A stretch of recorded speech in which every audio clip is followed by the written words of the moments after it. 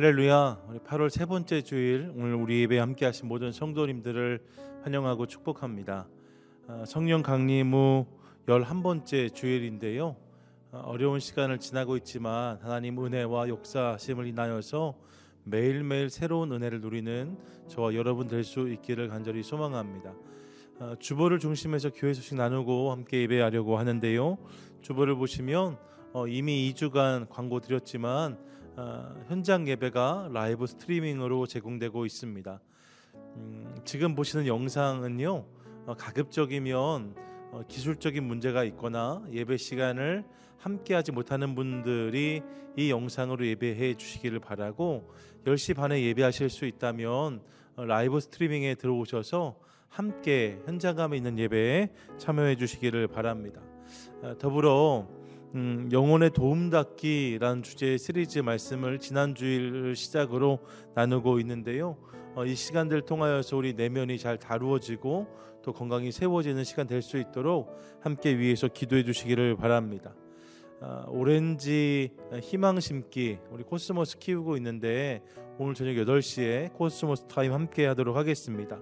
그곳에서 우리 반갑게 교제 나누겠습니다.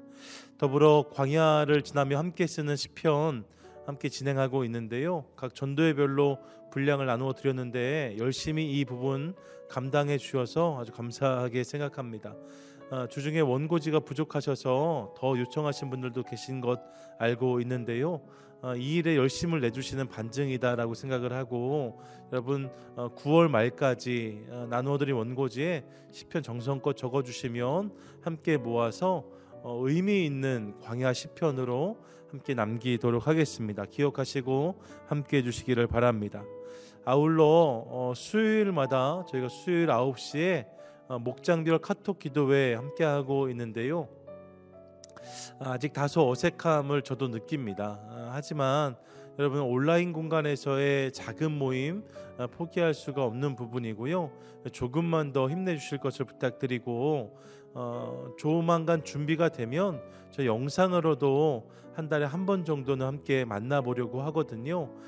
소그룹이 살아야 또 교회가 더욱더 건강하게 성장할 수 있는데, 우리 교회 가족들 함께 교제하고 격려하는 일을 위해서 마음 써주시고 또 힘내주시기를 바랍니다.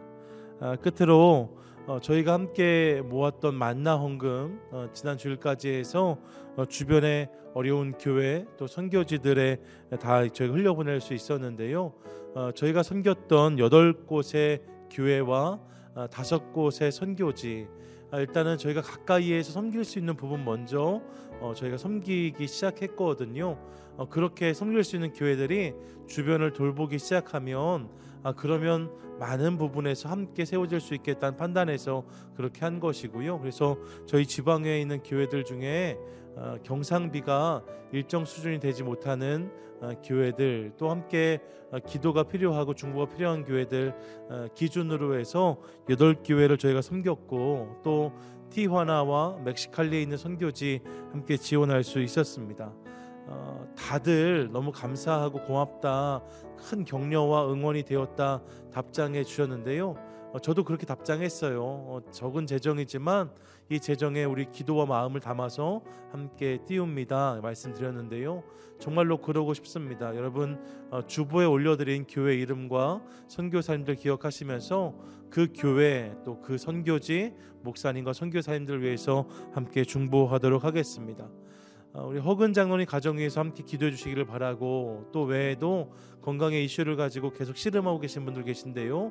함께 중보하도록 하겠습니다. 우리 차세대 CM과 유스 예배 기억하며 함께 격려해 주시기를 바랍니다. 이상이고요. 이제 우리 함께 사도신경 하는 것으로 우리의 신앙을 고백하도록 하겠습니다. 우리 함께 우리의 신앙을 고백하겠습니다. 나는 전능하신 아버지 하나님 천지의 창조주를 믿습니다. 나는 그의 유일하신 아들 우리 주 예수 그리스도를 믿습니다. 그는 성령으로 잉태되어 동정녀 마리아에게서 나시고 본디오 빌라도에게 고난을 받아 십자가에 못 박혀 죽으시고 장사된 지 사흘 만에 죽은 자 가운데서 다시 살아나셨으며 하늘에 오르시어 전능하신 아버지 하나님 우편에 앉아 계시다가 거기로부터 살아있는 자와 죽은 자를 심판하러 오십니다. 나는 성령을 믿으며 거룩한 공교회와 성도의 규제와 죄를 용서받는 것과 몸의 부활과 영생을 믿습니다. 아멘. 우리 소망 되신 예수님을 바라보며 이 시간 함께 찬양하겠습니다. 슬픈 마음 있는 사람 예수 이름 믿으면 영원토록 변함없는 기쁜 마음 얻으리. 예수의 이름은 세상의 소망이요 예수의 이름은 전국의 기쁨일세. 거룩하신 주의 이름 너의 방패 삼아라. 환난 시험 당할 때에 주께 기도드려라. 예수의 이름은 세상의 소망이요 예수의 이름은 천국의 기쁨일세.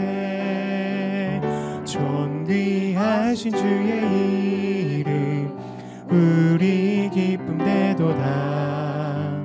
주의 품에 안길 때에 기뻐 찬송 부르리. 예수의 이름은 세상의 소망이요 예수의 이름은 천국의 기쁨일세.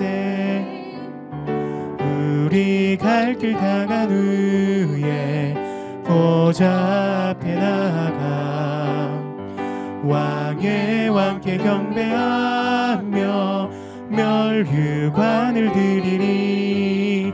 예수의 이름은 세상의 소망이요 예수의 이름은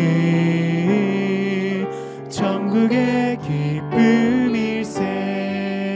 예수의 이름은 세상의 소망이요 예수의 이름은 천국의 기쁨일세. 예수의 이름은 세상의 소망이요 예수의 이름은 천국의 기쁨일세. 우리를 회복케 하시고 새롭게 하시는 우리 주 하나님을 의지하며 이 시간 함께 찬양하겠습니다.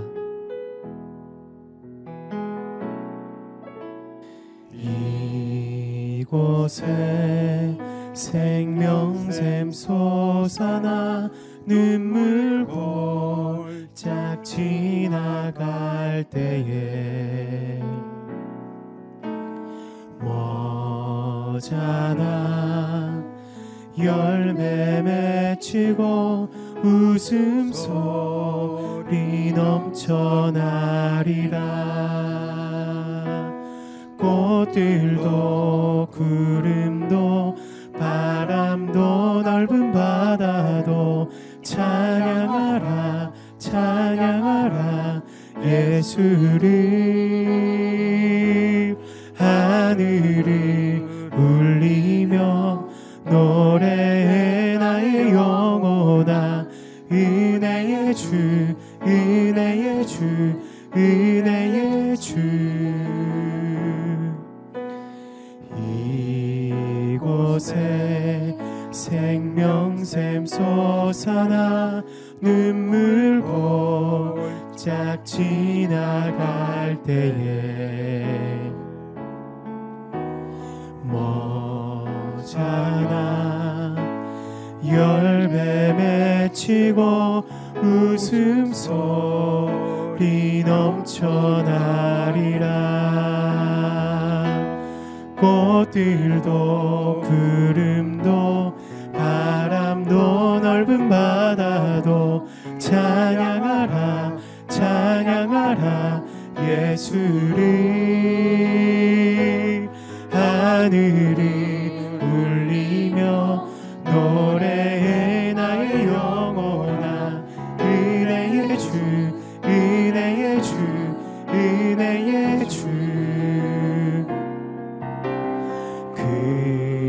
그날에 하늘이 열리고 모든 이가 보게 되리라. 마침내 꽃들이 피고 영광의 주가 오시리라. 꽃들도 구름도 바람도 넓은 바다도 찬양하라 찬양하라 예수를. 하늘이 울리며 노래해 나의 영혼아 은혜의 주 은혜의 주 은혜의 주. 꽃들도 구름도 바람도 넓은 바다도 찬양하라 찬양하라 예수를. 하늘이 울리며 노래해 나의 영혼아 은혜의 주 은혜의 주 은혜의 주. 하늘을 울리며 노래해 나의 영혼아 은혜의 주 은혜의 주 은혜의 주. 주님, 우리의 인생이 지금 소망이 없는 것처럼 보이지만 그럼에도 불구하고 주님이 우리의 소망이시기 때문에 주님께서 우리 가운데 행하실 일들을 기대하기 때문에 우리가 다시 한번 주님을 의지하며 이 시간 나아갑니다. 우리 가운데 새 소망과 힘을 허락하여 주옵소서. 또한 말씀을 듣습니다. 그 말씀 가운데 함께해 주시고 하나님 그 말씀을 인하여서 오늘 이 시간 변화되는 놀라운 예배 될 수 있게 하나님 역사하여 주옵소서. 우리 함께 이 시간 통성으로 기도하며 나아가도록 하겠습니다. 하나님, 우리가 나아가야 될, 우리가 붙잡아야 될 분이 오직 하나님이신 것을 고백합니다. 주님 역사해 주시고 인도하여 주옵소서. 성령 하나님 함께하여 주옵소서. 하나님, 오늘 또 이렇게 예배를 드리며 나아갑니다. 오늘 예배 가운데 주님 함께해 주시고 역사해 주시고 이 예배 가운데 함께해 주시길 원합니다. 들려지게 하여 주시고 우리 마음을 열어주시고 하나님 그 말씀을 인하여서 변화되고 새롭게 되어지는 놀라운 예배가 될 수 있도록 성령님 임하여 주옵소서. 하나님, 그렇게 역사하실 주님의 이름을 높이며 찬양 드립니다. 오늘 예배 가운데 함께하여 주옵소서. 모든 것을 믿고 감사드리며 예수님의 이름으로 기도합니다. 아멘. 모든 생사화복을 주관하시는 하나님의 아버지, 오늘도 온라인을 통해 각자 맡은 처소에서 예배 드리시기를 하시니 감사를 드립니다. 여호와를 경외하며 그의 길로 걷는 자마다 형통한 길로 인도하옵소서. 축복하여 주옵소서. 때마다 시간마다 하나님의 은혜로 살게 하시니 참으로 감사를 드립니다. 예수님의 이름은 오직 우리가 세상에 사는 동안 소망이 되게 하여 주옵소서. 예수님의 능력은 우리의 힘이요 우리의 참된 구속의 자유함을 되게 하여 주옵소서. 우리가 사모하는 선한 목자이신 예수님을 닮아가게 하여 주옵소서. 주위에서보다 귀한 것이 없다는 고백되는 시간 되게 하여 주옵소서. 임마누엘 하나님 함께하는 시간 되게 하여 주옵소서. 축복하여 주옵소서. 주께서 생명의 길로 우리를 인도하셨으니 기쁨이 충만하여 하다하게 하시고 뜨겁게 사모하는 시간 되게 하여 주옵소서. 오직 주님만 바라보게 하여 주옵소서. 자르나 모르나 치우치지 않게 하여 주시며 오직 푯제를 향하여 달려갔길 우리 모두 되게 하여 주옵소서.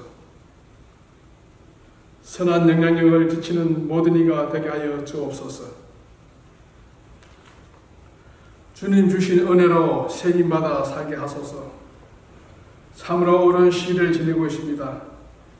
일선병원에서 의료가기자 모든 분들 건강하게 지켜주시고 전 세계 고통받는 모든 이에게 주님의 크신 위로 있게 하여 주옵소서.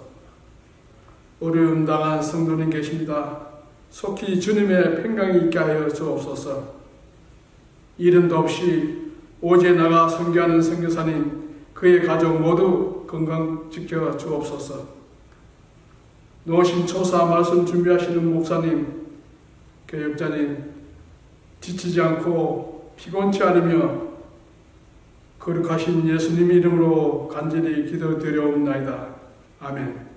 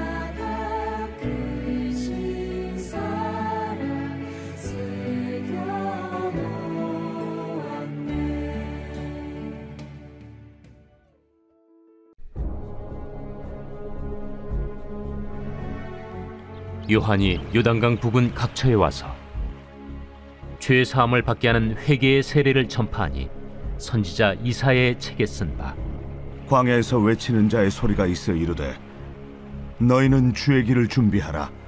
그의 오실 길을 곧게 하라. 모든 골짜기가 메워지고 모든 산과 작은 산이 낮아지고 굽은 것이 곧아지고 험한 길이 평탄하여질 것이요 모든 육체가 하나님의 구원하심을 보리라.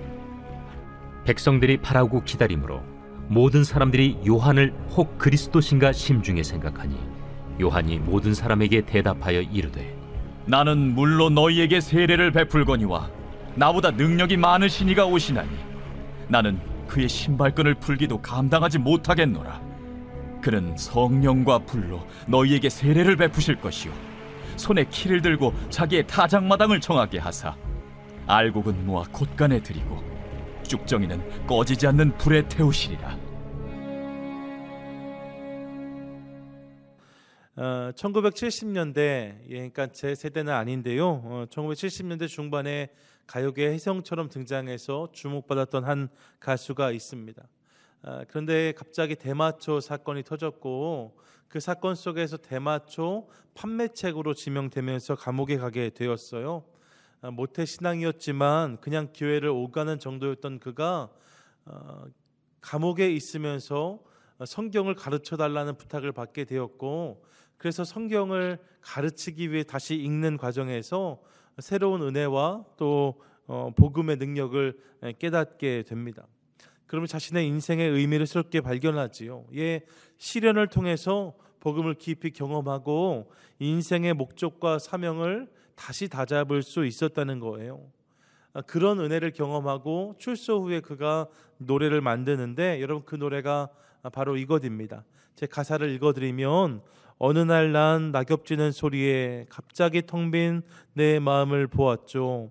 그냥 덧없이 흘러버린 그런 세월을 느낀 거죠.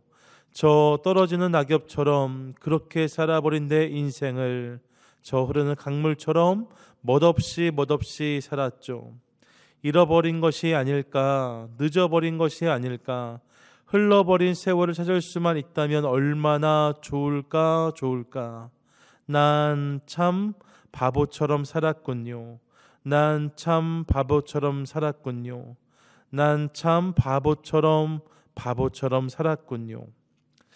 예, 여러분, 바보처럼 살았군요를 불렀던 LA 코너스톤 교회 담임 목사인 이종용 목사님의 이야기입니다. 난 참 바보처럼 살았다는 고백은 그런 그의 삶이 빚어낸 진정 어린 독백이라는 면에서 그의 배경과 이 노래를 함께 생각해 보면 감동이 더하지 않나 생각해 봅니다. 그런데 여러분, 이 스토리와 또 이 노래를 들으면서 이런 생각해 보았어요. 바보처럼 산 인생이 어디 그 사람 하나뿐일까?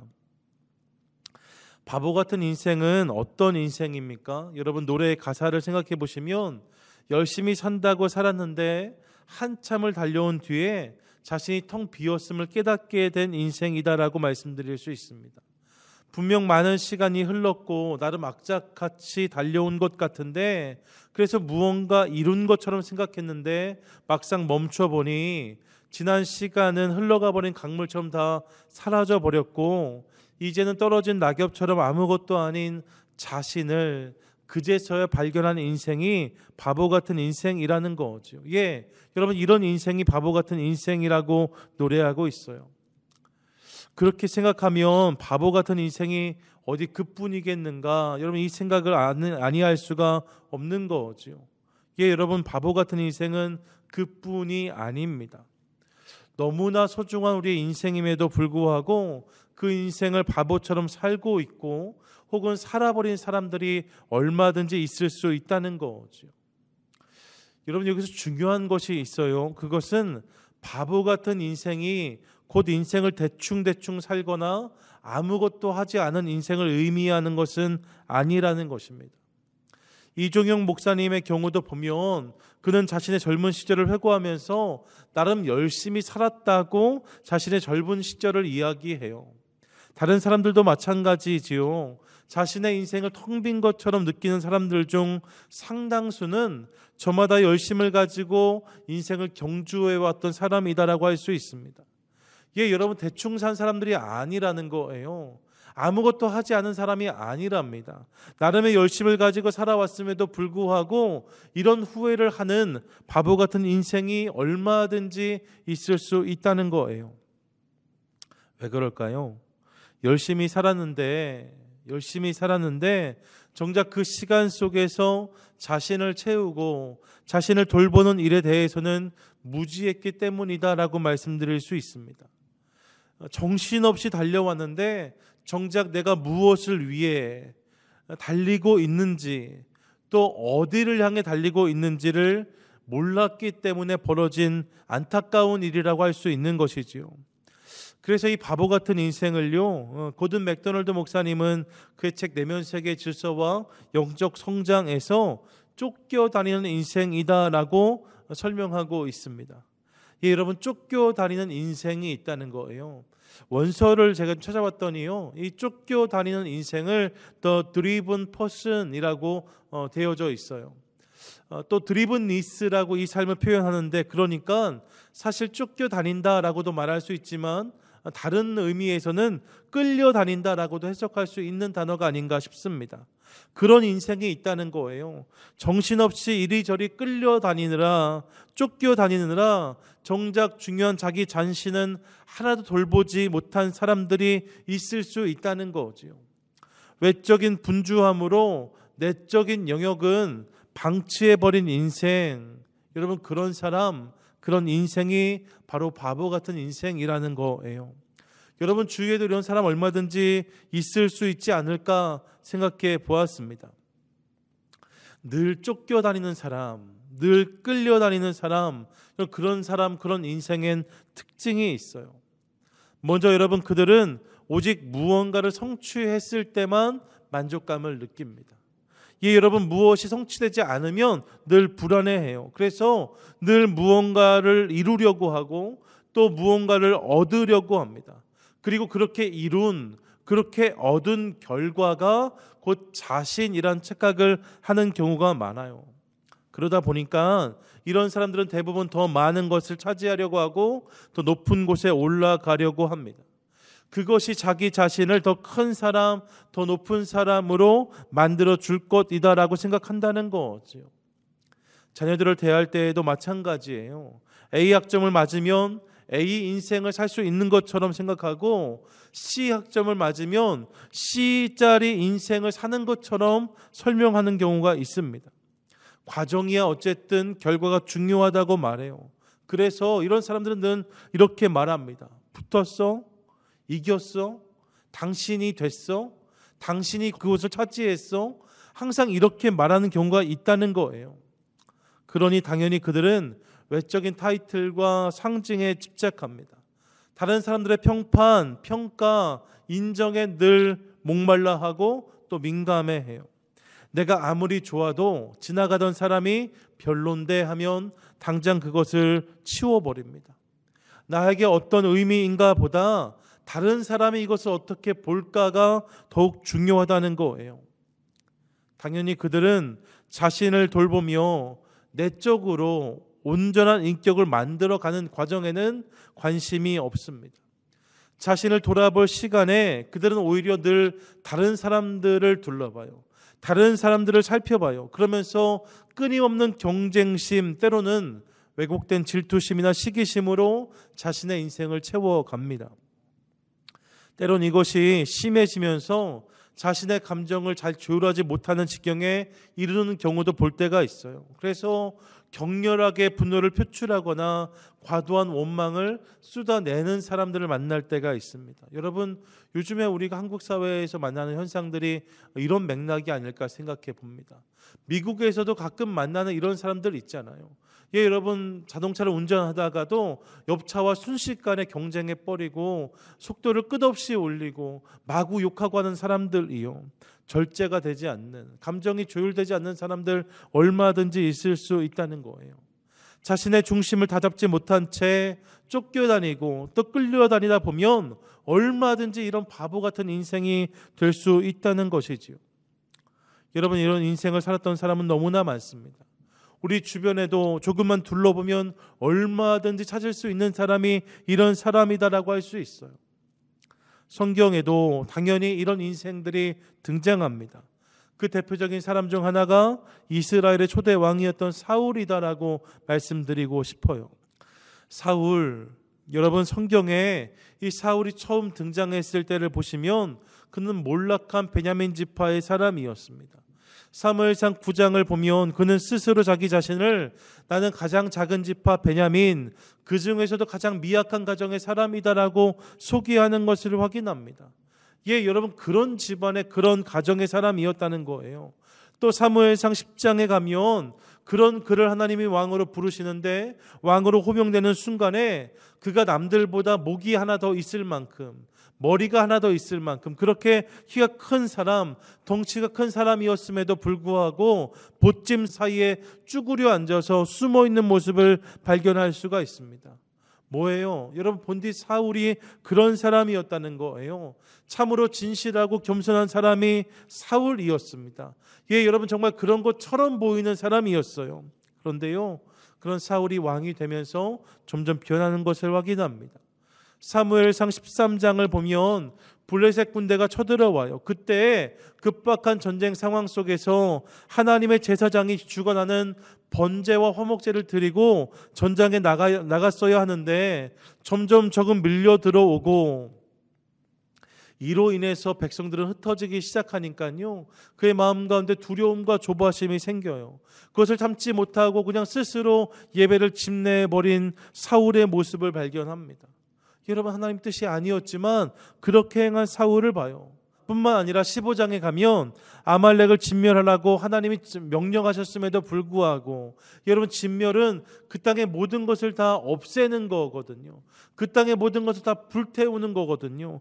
그럼에도 불구하고 사울은 전쟁에 승리한 다음에 아말렉 왕이었던 아각과 그 땅에서 가장 좋게 보이는 전리품들을 가지고 돌아오는 모습을 우리에게 보여줍니다.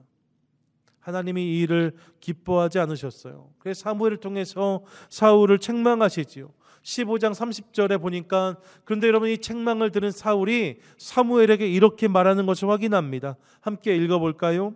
사울이 이르되 내가 범죄하였을지라도 이제 청하옵나니 내 백성의 장로들 앞과 이스라엘 앞에서 나를 높이사 나와 함께 돌아가서 내가 당신의 하나님 여호와께 경배하게 하소서 하더라.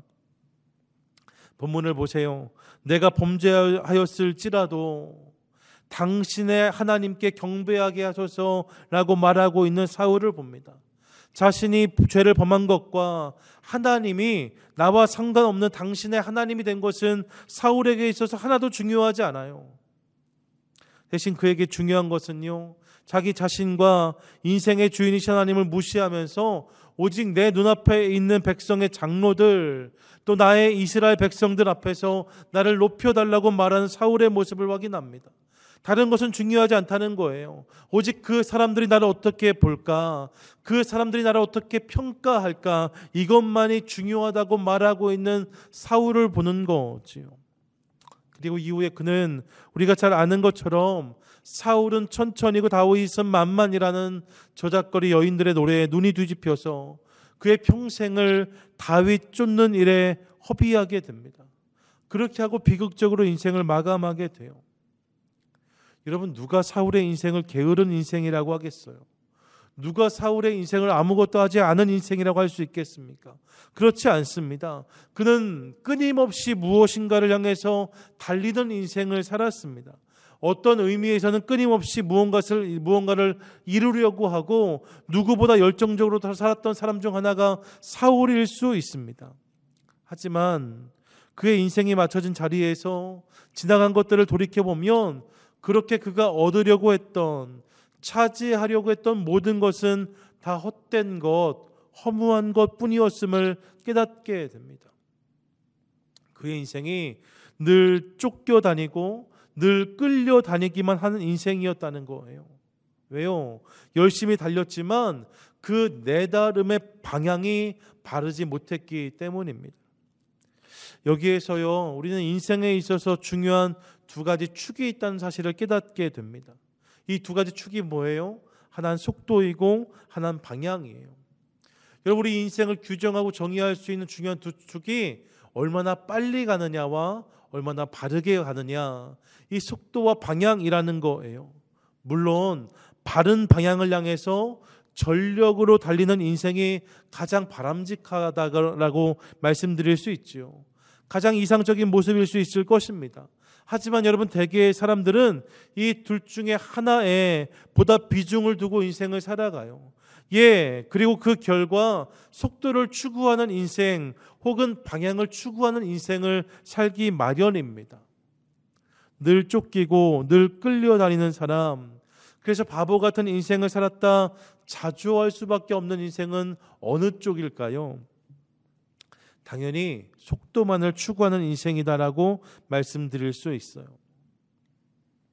속도만 추구하다 보면 그런 인생이 될 수밖에 없다는 거예요. 여러분, 속도만 추구하는 인생은요, 속도의 유혹 때문에 쉽게 방향을 무시하곤 합니다. 심지어 때때로는 방향 감각 자체를 상실하게 돼요. 그래서 지금 자신이 가는 방향이 맞는 방향인지 아닌지 알지도 못한 채 그저 빠른 성취, 빠른 성공, 남들보다 앞섰다는 사실에만 도취되어서 인생을 경주합니다. 방향은 내 인생에서 의미가 없다 생각하는 사람들이 얼마든지 있을 수 있다는 거지요. 사울이 이런 경우다라고 말씀드릴 수 있어요. 속도에 집착한 나머지 방향을 상실했다는 거예요. 그의 인생 후반부를 보시면 심지어 그는 방향이 잘못됐다는 것을 알면서도 속도를 늦추지 않거나 혹은 늦추지 못하는 모습을 우리에게 보여줍니다. 하나님이 그를 왕으로 세우셨지만 그가 백성들의 인정과 인기의 마음을 빼앗겨서 그를 왕으로 세우신 하나님을 잊음으로, 속도의 마음을 빼앗겨 방향을 잊음으로 실패한 인생이 되고 마는 것을 우리가 확인하게 되는 거예요. 난 참 바보처럼 살았군요. 어쩌면 이것이 그날 사울의 고백이 아닐까 생각해 보았습니다. 무식하면 용감하다는 말이 있는데 여러분, 어떤 분이 이렇게 말씀하시더라고요. 무식하면서 용감한 게 실은 가장 위험한 거다. 충분히 그럴 수 있겠다는 생각합니다. 여러분, 무엇을 알지 못하면서 용감하게 덤비기만 했다가는 큰 코를 다칠 수 있는 거지요. 그런데 여러분, 그만큼 위험한 게 또 있어요. 그것은요, 무지하면서 빠르기만 한 거예요. 무지하면서 빠르기만 한 것. 방향을 잃은 속도는 늘 치명적입니다. 빨리 간 만큼 먼 길을 돌아와야 되기 때문에, 아니요, 때론 돌아오지 못할 수도 있기 때문에 방향을 잃은 속도는 항상 치명적일 수밖에 없어요. 제가 한국에 있을 때 다녔던 교회 말입니다. 천안선결교회이지요. 저희 모교회인데요. 천장이 아주 높았습니다. 아마 지금 생각에는 최소한 50피트 넘어가지 않을까 싶어요. 그래서 층고가 중간에 기둥 없이 천장이 아주 높게 기와처럼 올린 교회로 유명했거든요. 근데 여러분, 그 높은 데에 등을 여기저기 달아 놓았어요. 그러다 보니까 등을 갈 일이 자주 있었습니다. 그 등 하나 가려면요, 3단으로 올라가는 사다리가 있었어요. 위험하지요. 그 사다리를 관리 집사님과 같이 꺼내와서 전도사님들 몇 명이 함께 붙여서 사다리를 올려야만 됐습니다. 그런데요, 이게 워낙 위에 있고 사다리를 올리는 작업이니까 실은 대충 보고 한 이 정도겠다 해서 사다리를 놓고 그냥 올리면 여지없이 등과는 거리가 있을 때가 있었어요. 그러면 다시 사다리 내리고 의자를 조율하고 사다리 위치로 옮기는 수고를 감당해야만 했습니다. 예, 여러분, 방향을 미리 확인하지 못했더니 그런 수고로움이 따라오더라는 거예요.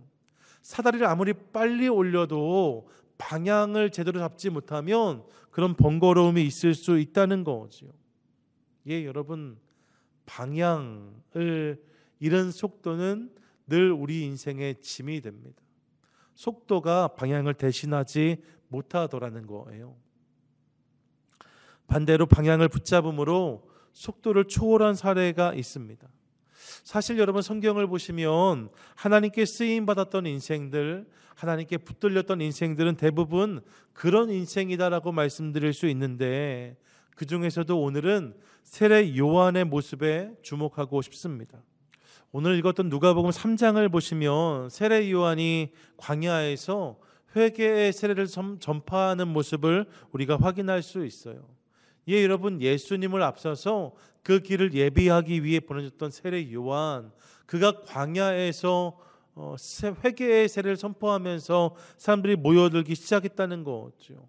근데 여러분, 얼마나 많은 사람들이 모여들었는지 마태복음 3장에 보니까 이렇게 기록하는데요. 3장 5절 6절에 이때 예루살렘과 온 유대와 요단강 사방에서 다 그에게 나아와 자기들의 죄를 자복하고 요단강에서 그에게 세례를 받더니 라고 말씀하고 있습니다. 예루살렘과 온 유대와 요단강 사방에서, 여러분, 이러면 실은 이스라엘 전역을 말하는 거예요. 모든 곳에서 수많은 사람들이 이 세례 요한에게 몰려들었다는 거죠. 여러분, 아무것도 없는 광야에 한 사람이 서 있고 그 사람을 향해서 몰려오는 수많은 사람들을 상상해 보세요. 그 당시 세례 요한은 그런 중심에 서 있는 사람이었습니다. 그리고 이런 사람들이 이런 생각까지 하게 돼요. 오늘 본문 15절 보니까요, 백성들이 바라고 기다림으로 모든 사람들이 요한을 혹 그리스도신가 심중에 생각하니 라고 말씀합니다. 무슨 말입니까? 많은 사람들이 모였고 세례 요한이 주목을 받게 되니까 그곳에 있던 사람들 중에 어떤 사람들은 혹시 이 사람이 그리스도가 아닌가, 혹시 이 사람이 우리가 기다렸던 메시아가 아닌가, 이런 생각을 했다는 거예요. 많은 사람들의 인정과 주목을 받는 그런 사람이 되었다는 거죠. 그런 자리에 서게 되었다는 겁니다. 여러분, 이 정도면요, 내가 그리스도다까지는 아니어도 짐짓 모른 척하면서 그런 사람들의 관심을 즐길 수도 있었을 거예요. 내가 아니다라는 적극적인 부정 대신에 잘 모르겠다는 소극적인 부정을 통해서 사람들의 그런 시선을 좀 더 유예할 수도 있었을 것입니다. 만약 세례 요한이 사울처럼 속도만을 쫓는, 사람들의 인정과 평가만을 쫓아가는 속도 중심적인 사람이었다면, 그래서 사람들이 인정, 자신에게 주어지는 타이틀, 방향과 상관없는 이름에 집착하는 인생이었다면 얼마든지 그렇게 반응했을 수 있어요. 하지만 세례 요한에게 있어서 중요한 것은 속도가 아니라 방향이었습니다. 얼마나 많은 사람들에게 인정을 받느냐 보다 더 중요한 게 있었어요. 그것은 어떻게 하면 하나님께 인정받을 수 있는가, 여러분, 이것이 그의 관심이었다는 거예요. 그래서 그는 이렇게 대답합니다. 본문 16절 17절인데요.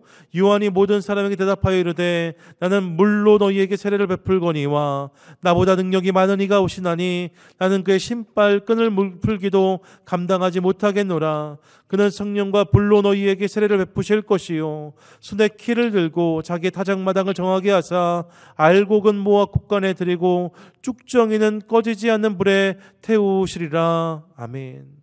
무슨 말입니까? 나는 아니라는 거예요. 나는 아무것도 아니라는 거예요. 나는 장차 오실 이에 신발 끈을 풀기도 감당하지 못할 수준으로 형편이 없고 내 다음에 오시는 그분이 진짜다라고 말하고 있는 세례 요한을 보는 거예요. 심지어 요한복음 1장에 보시면 세례 요한은 자신을 이렇게 말하는데요. 1장 23절입니다. 이르되 나는 선지자 이사야의 말과 같이 주의 길을 곧게 하라고 광야에서 외치는 자의 소리로다. 여러분, 소리예요. 소리는 들려지는 순간 사라지는 거예요. 소리가 들려진 다음에 사라지지 않고 자기 몫을 주장하면, 미련을 가지면 여러분 그 소리는 반드시 소음이 됩니다. 그러니까 소리는 들려진 순간 사라져야 돼요. 흔적도 없이 사라지는 것, 자신의 몫을 주장할 수 없는 것, 이게 소리예요. 그런데 요한이 내가 소리다라고 말하고 있는 거예요. 여러분, 우리 중 누가 내가 한 수고와 애씀에 대해서 평가받기를 싫어하겠어요? 누가 내 몫 주장하는 것을 어려워하겠어요? 그런데 여러분, 세례 요한은 그렇게 하지 않았다는 거예요. 나는 소리다라고 말하고 있는 세례 요한을 발견합니다.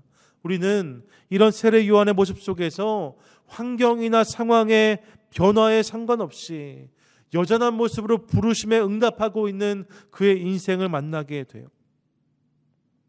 고든 맥도널드 목사님은 이러한 인생을 쫓겨다니는 인생의 반대말로 부름받은 인생이다라고 정의합니다. 여러분, 그런 인생이 부름받은 인생이라는 거예요. 쫓겨다니거나 끌려다니는 것이 아니라 의연하게 자기에게 맡겨진 사명, 주어진 부르심에 응답하는 인생이 바로 그런 것이라는 거지요. 같은 맥락에서는 이것을 속도가 아닌 방향을 붙잡은 인생이다라고 말씀드리고 싶습니다. 속도 때문에 방향을 포기하는 것이 아니라 방향 때문에 속도를 의연하게 초월하는 인생이 있다는 거예요. 예, 여러분, 중요한 것은 성경이 이러한 인생을 승리한 인생으로 기억한다는 거죠.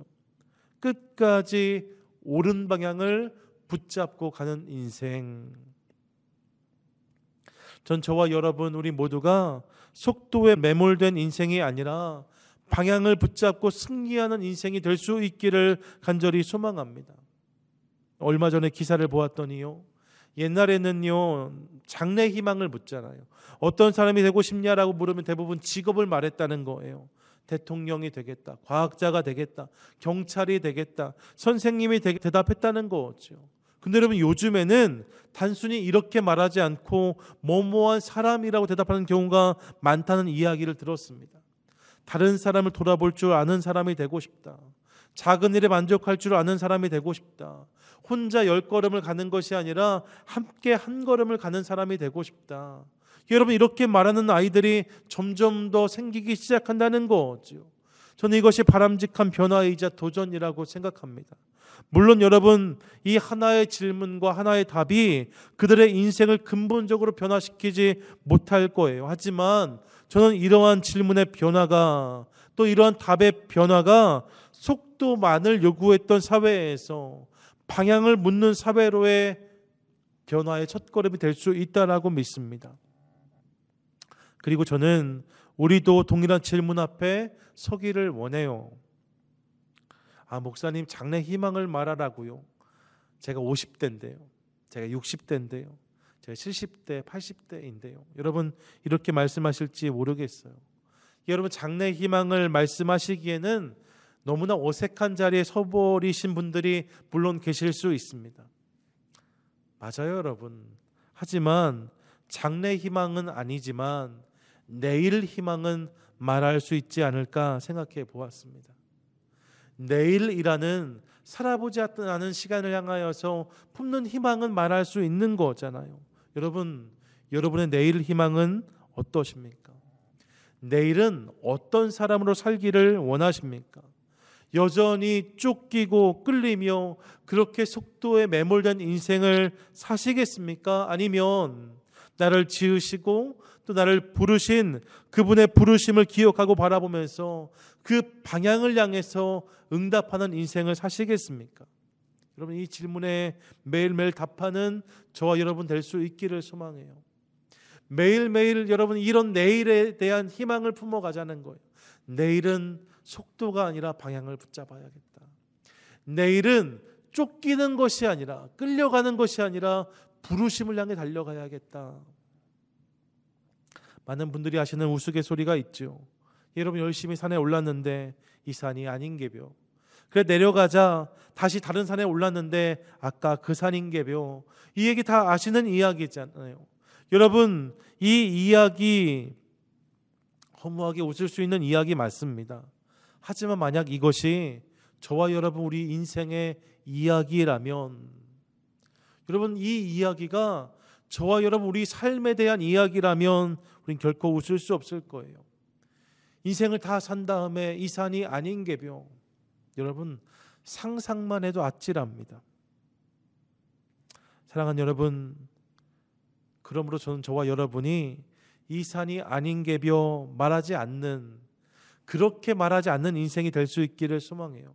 그러지 않기 위해서 우리의 답은 분명합니다. 우리가 해야 될 결단은 분명합니다. 여러분, 속도가 아니라 방향을 붙잡으셔야 돼요.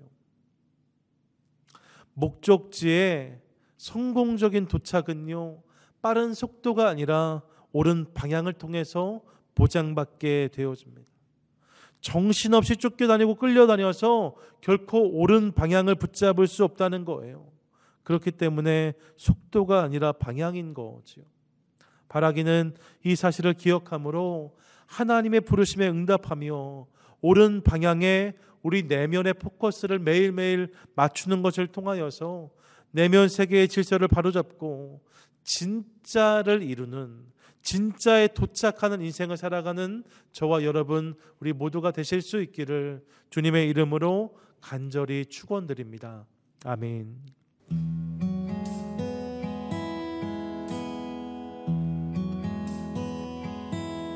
내 아버지 그 품 안에서 내 영혼은 안전합니다. 주 손길로 내 삶을 안으시니 그 평강이 나를 덮습니다. 내 아버지 그 품 안에서 내 영혼은 안전합니다. 주 손길로 내 삶을 안으시니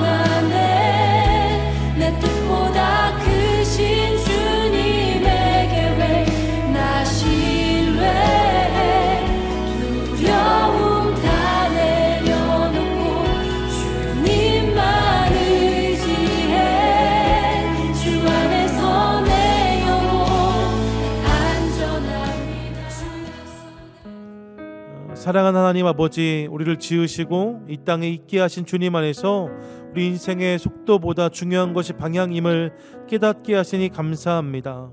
속도를 권하고 속도만을 요구하는 세상 속에서 방향을 붙잡는 지혜와 용기를 부어주셔서 부르신 주님 안에서 그 부르심에 응답하는 믿음의 인생을 살게 하여 주시옵소서.